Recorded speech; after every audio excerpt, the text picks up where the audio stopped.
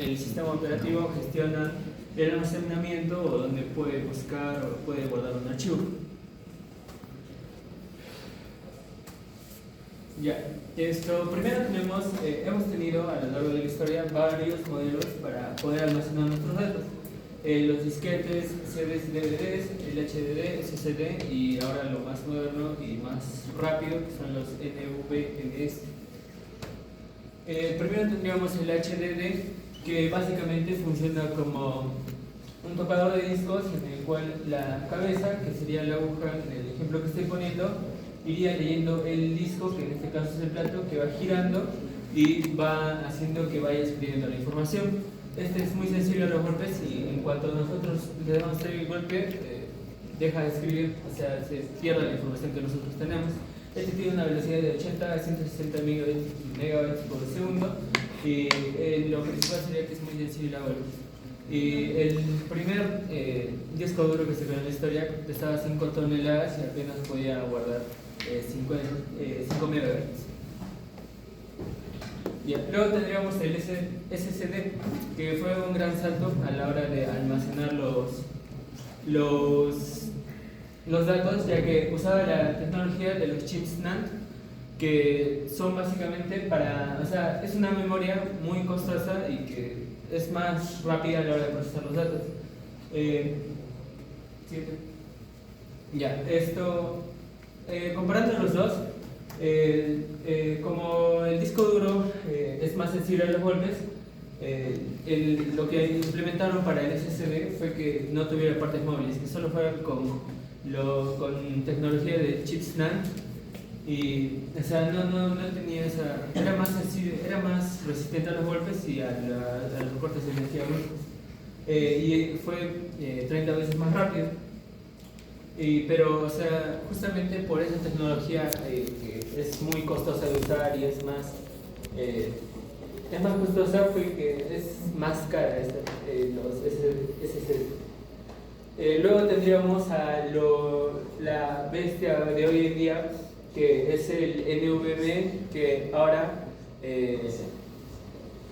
no es el SSD, pero directamente conectado con el CPU, ya que o sea, usa acá el puerto PCIe para que directamente esté conectado, y es más que nada un protocolo, los protocolos que usa para que se conecte directamente, y es como que los dos hablan el mismo idioma y es más rápido, es 70 veces más rápido. Ya.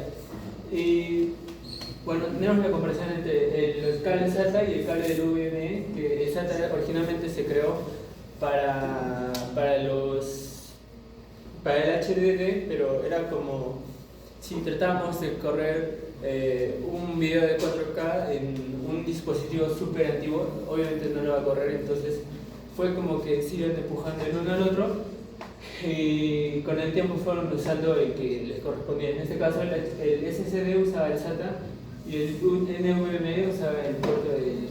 Sí. El cable del SATA es más ancho y es largo, y el NVMe es más pequeño y sin cable. Eso es lo que lo permite estar directamente conectado al CPU y va directo al slot. Y, o sea, se trata más de protocolos más modernos para que puedan comunicarse entre ellos. Ya, mi pregunta sería: ¿por qué el NVMe, a pesar de que pueden almacenar la misma cantidad de información, por qué es más rápido que el SSD?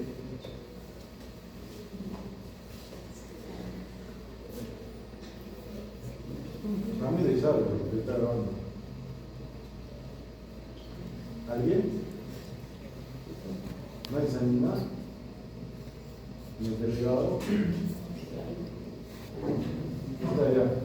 Porque está conectado directo o de VPC y eso no. Ajá. Está directamente conectado al CPU. Eso es lo que hace más rápido.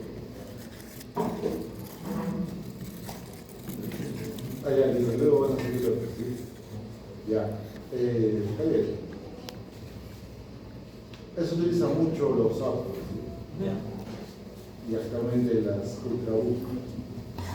Voy a continuar con el siguiente tema, que es particiones, no tanto MBR y GPT. No sé si más antes, cuando ustedes tenían su USB de 64 GB, cuando intentaban copiar hacer un archivo o una IOS para en el USB, les saltaba este error, porque el archivo era demasiado grande.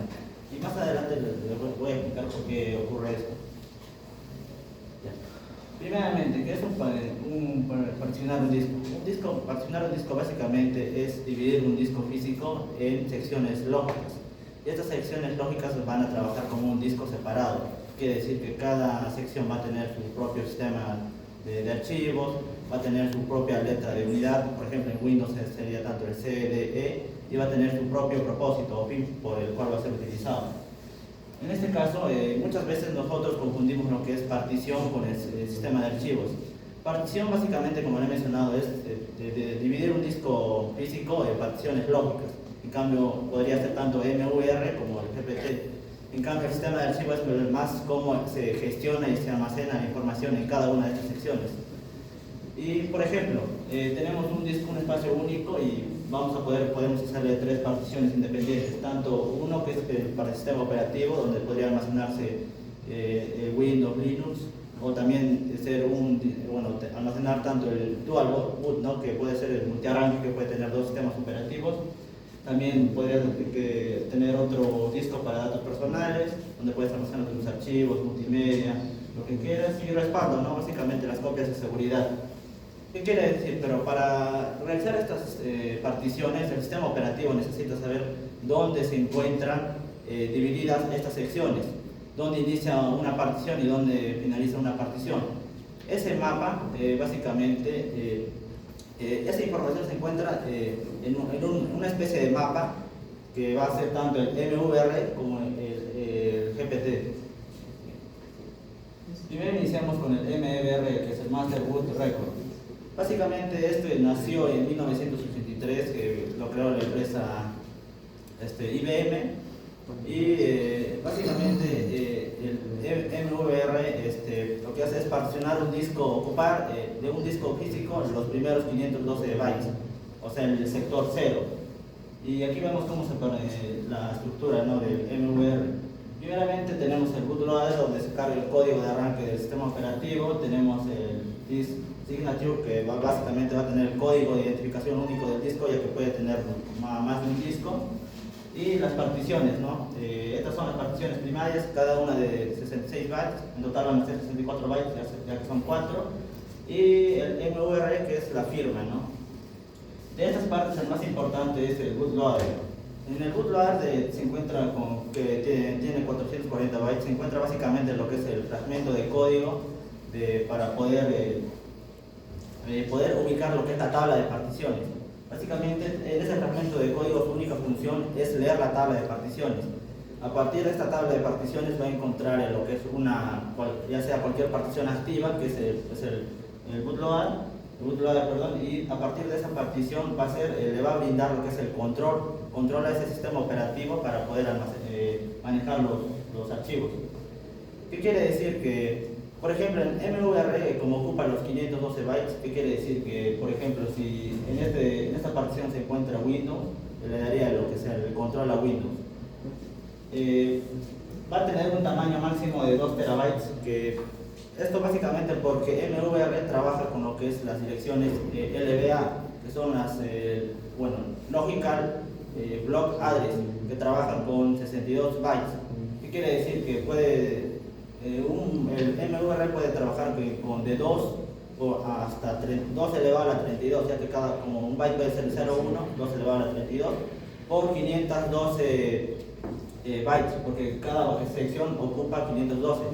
Y esto nos da un aproximado más o menos de 2 terabytes. ¿Qué quiere decir? Que si yo quiero formatear un disco de 4, ya sea 6, 8 terabytes, pero como el tamaño máximo de MVR solo es de 2 terabytes, digamos el resto, después de los 2 terabytes, primeros terabytes, no se van a ser perdidos o no utilizados, o sea que solo lee los 2 terabytes primeros.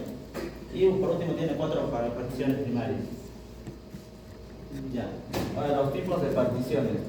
Como le he dicho, MVR va a tener 4 tipos de particiones, pero un desarrollador puede querer tener más particiones y por eso creó, se divide en estos 4 tipos. Como le he mencionado, son las primarias donde se va a almacenar en cada uno el sistema operativo, ya sea Windows o Linux, y va a trabajar con un sistema multiarranque, y dentro de estas se van a encontrar las particiones extendidas. Básicamente solo son como una capa, como una caja que van a envolver las particiones lógicas. Y bueno, por cada partición extendida, por cada primaria solo puede existir una partición extendida. Y dentro de las extendidas vamos a tener las particiones lógicas, ya donde se encuentran los archivos. El otro es el GPT, que es el Quick Partition Table. En este nació básicamente con el estándar web, WEFI. Bueno, tiene la siguiente estructura. Primero tenemos lo que es el prototipo de MVR, que es la compatibilidad. Muchos herramientas antiguas solo trabajan con MVR. ¿Qué quiere decir? Que si encuentran algún disco que está trabajando con GPN, lo va a querer eliminar, ya que no tiene particiones. Y básicamente usamos la primera, que es el prototipo MVR, para que le diga a la herramienta que el disco sí está siendo utilizado. Después tenemos el GPT, el header, que es la cabeza. Aquí ya se van a encontrar se pueden una cantidad de 128, un local de 128 particiones como máximo. Y por último tenemos el GPT header de respaldo. Esto lo diferencia mucho del MVR, ya que en el MVR, por ejemplo, si yo, como lo he mencionado, ocupa los primeros 512 bytes los 512 bytes del disco. ¿Qué quiere decir? Que dentro de esos 512 bytes se encuentran los primeros bits de arranque del sistema operativo. ¿Qué quiere decir? Que si esa parte se daña o se corrompe por algún virus, aunque así tenga yo los archivos físicos en buen estado, si esa parte está dañada, el sistema operativo no va a poder arrancar. Y eso es la diferencia del MVR. Y como tiene un tamaño máximo de 9.4 zettabytes, es una capacidad casi limitada, y como le he mencionado, 122 particiones por disco. Y ya por último, MVR de los datos. MVR nació en 1983, trabaja básicamente, creo que es con BIOS. En cambio GPT desde el 2010 trabaja bajo el estándar de WEFI. El tamaño máximo para MVR es de 2 terabytes, en cambio para GPT es de 9.4 zettabytes. Puedes hacer un máximo de 4 particiones primarias en el MVR, y en el GPT 128 particiones. La firma tanto es para MVR con BIOS, para GPT es con WEFI. Y como le he mencionado, en WEFI tiene una cabeza adicional, que es el de respaldo. En cambio MVR no tiene. Y por último, primero en caso 1 podemos ver Windows 11 requiere WEFI para una instalación oficial, y esto es verdadero, ya que Windows 11 necesita lo que es el Secure Boot, y tanto el Secure Boot necesita lo que es el WEFI, y WEFI solo trabaja con GPT. ¿Qué quiere decir? Que si yo quiero trabajar con MVR no se va a poder, a menos que sea de manera pirata. Un USB FAT32 no puede almacenar archivos de 8 GB. Esto es falso, ya que, como le he mencionado, FAT solo trabaja con 4 GB como máximo por cada archivo individual. Y por último, en el caso 3 puedes pasar un disco de MVRD a GPT sin perder datos. Windows tiene una herramienta adicional, que es el MVR2 GPT de Windows, que nos permite pasar archivos, pero de discos que no sean mayores a 2 terabytes. Y como pueden ver, lo que le he mencionado, ¿no? ¿Por qué no se puede un archivo más de 4 GB en un USB de 64? Es porque básicamente puede estar trabajando con lo que es el FAT32 sobre el MVR. ¿Qué tendría que hacer? Que formatearlo a otro tipo de sistema de archivos, ya sea el exFAT o el NTFS. Y mi pregunta sería esto.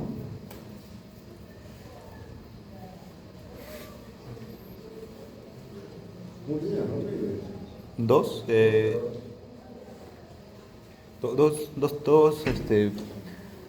Gigabytes.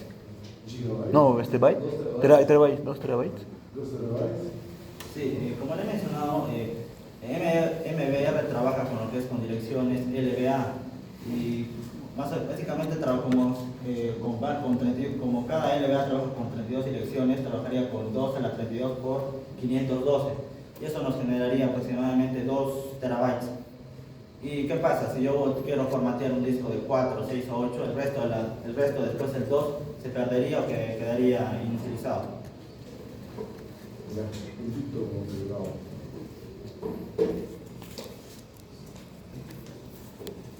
Sí, en ese sentido, un poquito. Sí. No sé, sí, adelante. Vamos a explicar ahora lo que es el sistema de archivos. En sí, un sistema de archivos es un modelo y una estructura de datos de la cual un sistema operativo utiliza para controlar cómo se deben almacenar y recuperar los datos. En sí, cuando se guarda un archivo, el sistema de archivos divide la información en unidades más manejables, que estas son cluster y bloques. Luego decide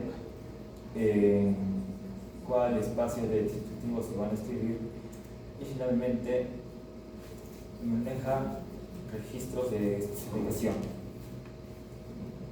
En sí, maneja los registros de especificación. Ya. Además, estos archivos permiten manejar metadatos, lo que pueden ser el nombre, el tamaño, la fecha de modificación o creación, el propietario y sus permisos. Esto permite que los usuarios puedan interactuar con los archivos sin preocuparse por los detalles físicos del almacenamiento. Además, que ayuda al sistema operativo a poder gestionar los datos y archivos de manera lógica. Con los sistemas de archivos, los usuarios pueden acceder, leer, escribir y modificar los datos de los dispositivos de almacenamiento. En cambio, sin un sistema de archivos, los datos de la unidad se almacenarían de una forma desordenada, lo cual ocuparía una gran cantidad de almacenamiento y en los dispositivos, también haciendo que los usuarios experimenten dificultades lo que es acceder y buscar sus archivos deseados. Tipos de sistemas de archivos. Existen en sí varios sistemas de archivos dependiendo del sistema operativo y el dispositivo en uso. Entre los más comunes están FAT32, NTFS, EXFAT y EXT4. Empezando con lo que es FAT32, también conocido como Data de Asignación de Archivos. Este es un sistema de archivos desarrollado principalmente para ordenadores personales. Aunque en sus inicios se desarrollaba para el uso de los disquetes, su uso fue adaptado a lo que son los discos duros, y otros dispositivos. Acá en el sistema de archivos FAT32 se divide, digamos, en 4 componentes. Empezando por lo que es un sector reservado, la región de FAT, la región de directorio de raíz y también lo que es la región de área de datos. En sí, como se muestra en la gráfica, primeramente se arranca el sistema, luego se inician tablas que indican en dónde está cada archivo. Después de esto se lanza el índice de archivos, el cual contiene la información de cada archivo, lo que es el nombre, el tamaño, la fecha de creación, y finalmente se carga el espacio de almacenamiento para guardar los datos. En el sistema de archivo NTFS, también conocido como sistema de archivo de nueva tecnología, fue desarrollado por Microsoft. Fue a partir de Windows NT 3.1, de la cual se empezó a implementar como sistema de archivos por defecto, reemplazando al sistema de archivos anterior, que es la tabla o en sí el sistema de archivos FAT. Para este sistema de archivos NTFS se divide en 5 componentes. empezando por lo que es un sector de arranque, lo que son los archivos especiales o metadatos, la tabla principal de archivos, una copia de esa tabla de seguridad y finalmente lo que son el área de los datos. En sí, a diferencia del sistema de archivos FAT, este sistema de archivos NTFS no utiliza tablas simples, utiliza un método de estructura MFT para almacenar la información de los archivos junto con sus copias de seguridad y los metadatos, asegurando así una mejor seguridad y rendimiento. Para el sistema de archivos EXFAT, también conocido como sistema de un sistema de archivos que fue introducido por Microsoft en 2006 y ha sido optimizado para las memorias flash. En sí, este sistema de archivos es mayormente utilizado para lo que son los dispositivos con almacenamiento flash, como pueden ser memorias USB, tarjetas SD, entre otros dispositivos tablets. Este sistema de archivo EXFAT se divide en 4 componentes, siendo el primero la región de arranque, luego una región de arranque de reserva como seguridad, otra que es la región FAT para tablas para ubicar archivos usando una copia de seguridad y una región de datos para almacenar archivos en bloques llamados clusters. Por último está el sistema de archivos X4, también conocido como el sistema de archivos extraíble, el cual fue implementado como el primer sistema de archivos enfocado en lo que es Linux. En este caso, su estructura de metal está basada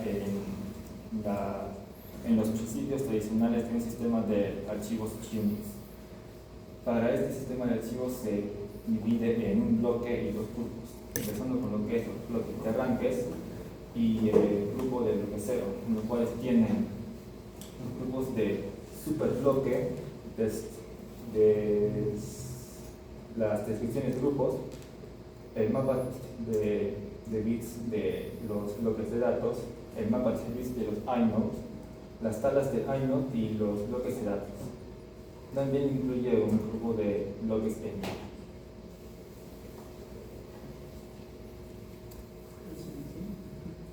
y esta sería la pregunta de uno de los sistemas de archivos mencionados anteriormente.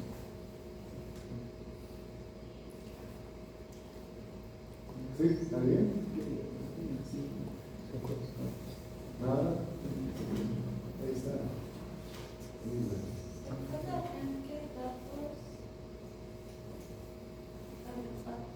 ¿Sí? Datos y tarefa. Datos, sí. ¿Los campos de los datos? Con lo que se menciona anteriormente de los componentes del sistema de archivos FAT. Ahí tenía una pequeña secuencia.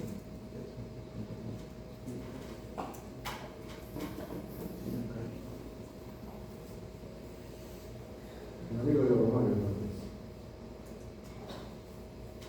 ¿Quién es el amigo de Romario?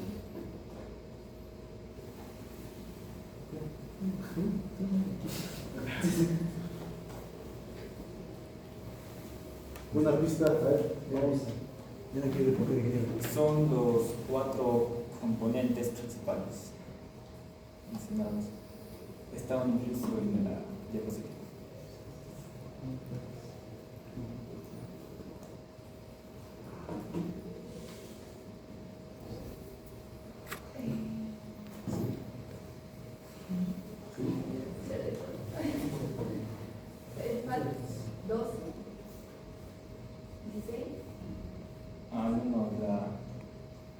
La secuencia, digamos, empieza con lo que es un sector de arranque, una pista.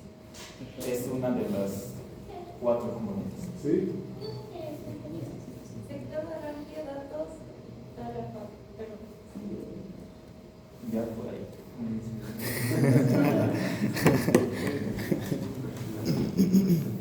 Es que en el caso tuyo, Camila, a veces no se entiende lo que dices.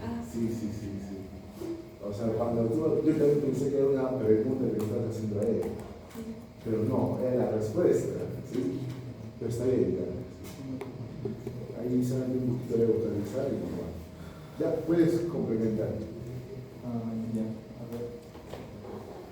Quedan buenos.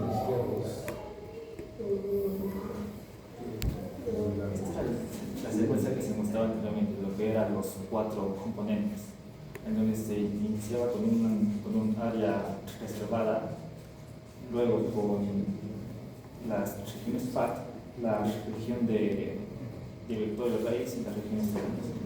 Es simplemente esto del arranque del sistema, tablas que indican dónde está el archivo, el índice del archivo y el espacio para guardar los datos. Ya, listo. Siguiente sitio. ¿Qué tenemos que hablar? Bueno, no 5 minutos nomás. me tocaría la parte 4, que sería el RAI y el LVM. Primeramente, ¿qué es un RAI? Un RAI es una tecnología que permite combinar varios discos físicos para que trabajen como uno solo, con el objetivo de poder mejorar la velocidad y la seguridad. Eso se divide en 4, en el RAI 0, RAI 1, RAI 5 y RAI 10. Primeramente, el RAI 1.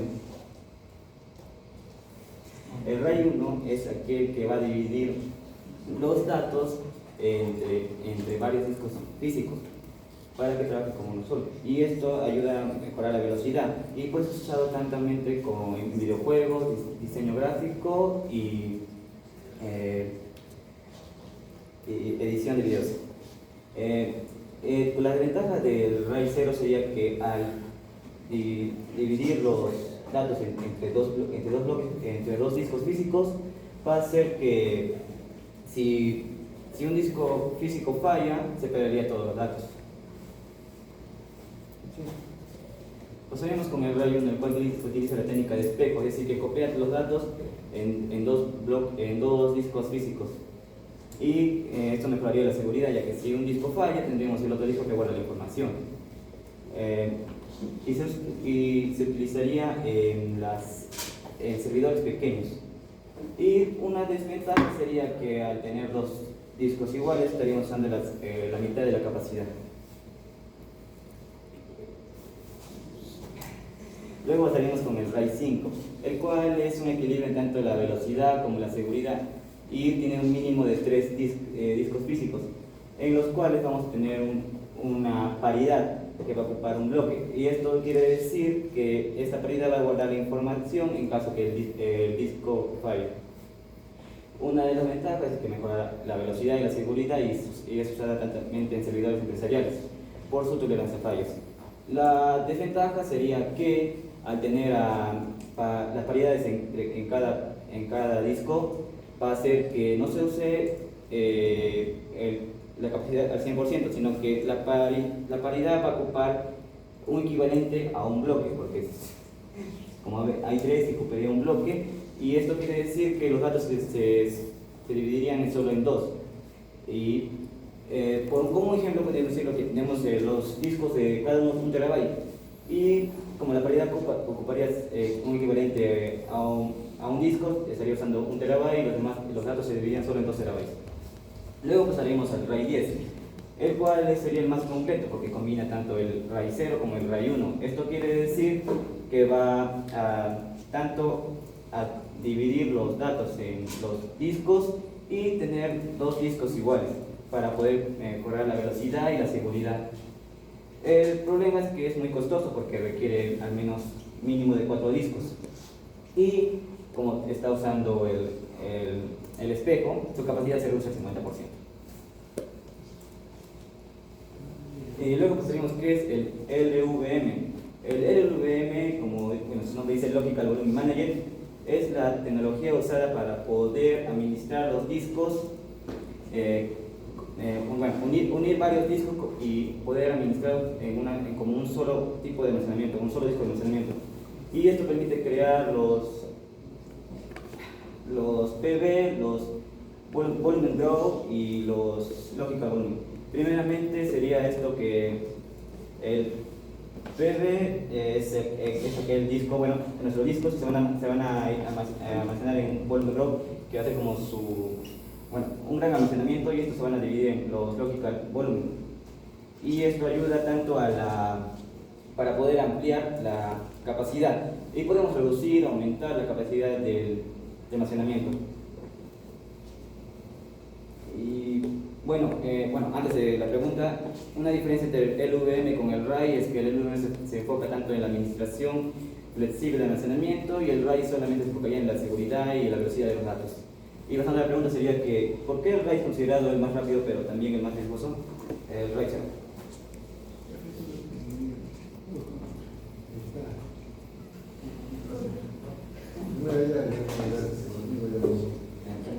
Porque si uno falla, se pierde todo. Sí, se perdería toda la información si es que un solo disco fallara. Y por eso se combina con el RAID 1 para poder hacer un mejor uso con el RAID 10. Ya, esa es la velocidad. No hay mucho tiempo. Sí. No hay mucho tiempo. Porque yo acá aquí va a hablar mucho. Ahora vamos a ver lo que es el mantenimiento del almacenamiento. Primero tenemos la tecnología Smart, que es un sistema que opera parte del sistema operativo en el microcontrolador del disco. Este sistema lo que hace es revisar el estado actual del disco y ver qué tan cerca está de la aproximación de cuándo debería fallar. Este soporta tanto lo que es el SSD y el HDD, pero cambia la manera en la que detecta fallos dependiendo de cada uno. En el caso del HDD, lo que hace es, al momento de cuando uno escribe en un HDD, es posible que un archivo esté dividido en varias partes del disco, que es la fragmentación. Entonces, en este disco, como es físico, puede tener ciertos defectos, y al momento del disco darse cuenta que hay un defecto físico, lo que hace es asignar ese bloque a un segmento separado que tiene de bloques de respaldo, por así decirlo, para usar cuando fallan los principales. Lo que hace es contar qué tan rápido están acabando estos bloques extra que tienen, ¿no? Y dependiendo de eso, bota la alerta. En el caso del SSD, el SSD guarda con una capa aislante de silicona en el chip, y lo que hace es que cada vez que escribes en el SSD se fuerza un electrón a través de esta capa aislante, y lo que hace que esta capa aislante se vaya degradando con el tiempo. Entonces, lo que compara es estos ciclos de escritura con el aproximado, ¿no?, de cuánto debería durar. Después, en cuanto al HDD, tenemos lo que es la desfragmentación, que ya hablamos que al escribir un archivo puede estar en diferentes partes del disco, y como lo que lee es un cabezal físico, tiene que moverse bastante para encontrar un solo archivo que está dividido en varias partes, ¿no? Entonces, lo que hace la desfragmentación es de ordenar todos esos fragmentos esparcidos que hay en un espacio continuo, y así el cabezal no tiene que moverse. En cuanto al trim, el SSD lo que hace para borrar ¿cómo se dice? Lo que hace es el SSD, el sistema operativo le avisa al SSD qué partes ya no se van a utilizar y las puede borrar, y el SSD las borra mientras tanto, ¿no? Mientras tú estás haciendo otros procesos, porque el SSD necesita un bloque completo de espacio libre para poder escribir, porque para borrar un espacio lo que tienen que hacer es pasar una carga opuesta a la que está en las celdas. Lo malo es que, como tiene que ser lo suficientemente fuerte para extraer el electrón de donde está aislado, no se lleva solo un único electrón, sino que se lleva varios. Entonces lo que hace es optimizar eso, ¿no? Le dice al disco que lo borre mientras tanto, entonces ya va a estar libre cuando lo necesitemos escribir. En cuanto a las estrategias de respaldo, hay una regla, pues, que se llama la regla 321, que dice que debes tener 3 copias de los datos en 2 medios distintos. Y una de esas copias debe estar en un lugar diferente físicamente. En cuanto a los medios, se refiere a que, por ejemplo, ¿de qué sirve que tengas 2 copias dentro de tu mismo disco? Si malogra el disco, pues, tus copias ya, bueno, y por gusto las hiciste. En cuanto a la copia fuera del sitio, digamos que hiciste tu copia en un disco duro y la tienes acá en un cajón, y por cosas que pasan a veces hay un accidente natural, entonces se lleva todo junto con tu disco y no tienes ningún respaldo. Entonces, lo mejor es siempre tener una copia, por ejemplo, en la nube o en un lugar físico diferente, no sé, como en un data center de otro lado. En cuanto a las tecnologías de respaldo, como mencionó el ingeniero, actualmente están más enfocados en lo que serían backups incrementales. Lo que haría esto es que en lugar de copiar absolutamente todo lo que está en el disco, solo copiar lo que ha sido modificado y se va incrementando así. También se aplica lo que es la deduplicación, que digamos 100 usuarios diferentes tienen una copia del mismo archivo, entonces lo que hace al hacer el backup es hacer una sola copia del archivo y para el resto de clientes les da un acceso directo a ese archivo. Entonces se ahorra espacio porque ya no tendría 100 copias de lo mismo.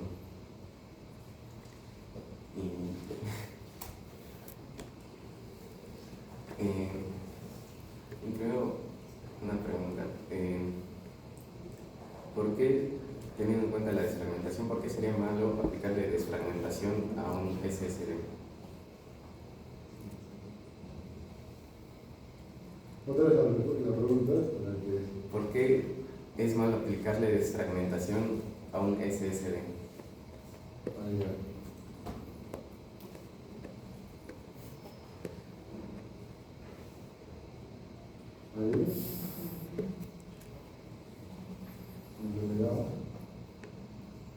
¿No? ¿No sabe?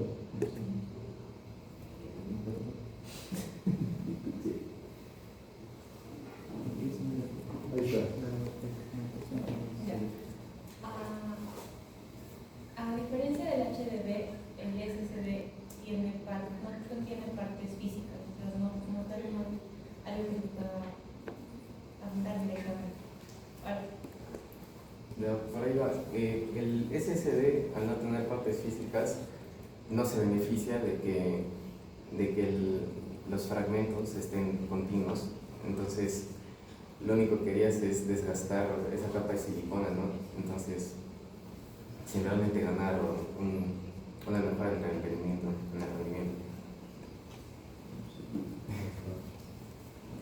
¿Qué ves? Ya, vamos. Nos lleva tiempo. 2 minutos, ¿no? Como para concluir, el hardware decide el techo.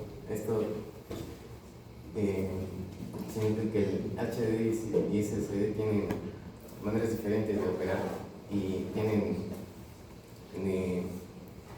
toques, por así decirlo, con el HDD, que como es físico tiene cierta velocidad de escritura y eso que no va a poder ganarle nunca a un SSD. La lógica de la organización lógica también importa. Esto se refiere a las particiones y el sistema de archivos, como por ejemplo el MBR, que es más antiguo, que tiene un límite de 4 particiones en total. En cambio, el GPT te permite más particiones. Entonces, si tú quieres realizar en un MBR varias particiones para diferentes cosas, necesitas más de 4. No va a ser posible utilizar el MBR, necesitarías formatear el disco como GPT. En cuanto a los RAID y LLM, esto son tecnologías que ayudan a la velocidad, la seguridad y en la capacidad.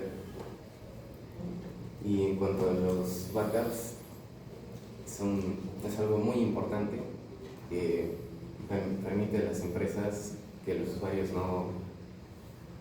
no pierdan sus datos, ¿no? Listo. Gracias. Terminó justo.